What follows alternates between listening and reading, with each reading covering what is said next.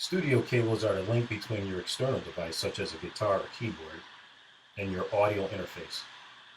This is how the signal from a particular device is sent from your external device to your audio interface.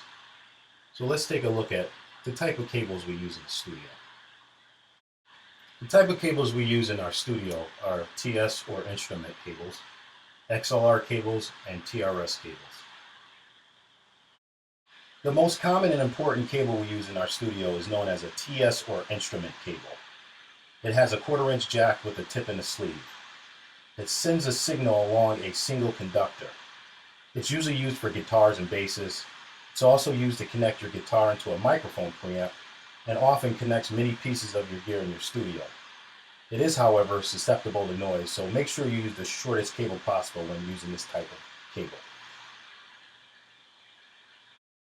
The next cable we use is called a TRS cable.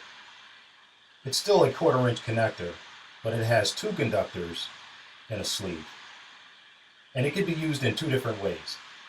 It can be used to connect headphones, where it becomes a stereo cable and transmits 2 separate signals.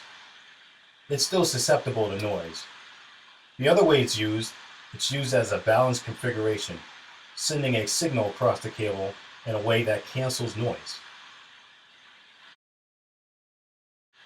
The third most common cable we use in our home studio is an XLR cable. It's the standard cable used for microphones. It has 3 conductors inside the sleeve, and it's a very stable connector. It's only used in a balanced configuration. Because of this cable can be used for long runs, especially in a concert setting or studio.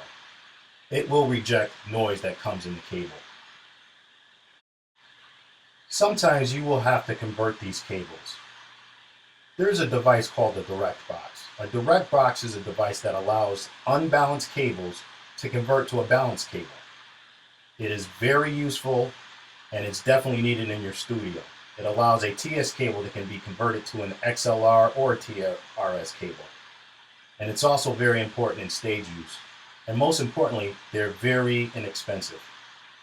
You'll definitely need one of these if you use a guitar or a bass. There are various other cables we use in our studio. There's the 1/8-inch cable, which has the same configuration as a TRS cable but smaller, and it's primarily used for headphones. There's the RCA cable, which functions like a TS cable but mainly used for video purposes and connecting your CD player to your pro audio gear. We also use a MIDI cable, which transmits MIDI signals to your DAW, as well as SPDIF cables, which are for digital connections. Most importantly, keep in mind when purchasing cables for your studio. Cables are often plugged in and pulled out, and they regularly break. When there's a problem or something goes wrong, it's usually your cable.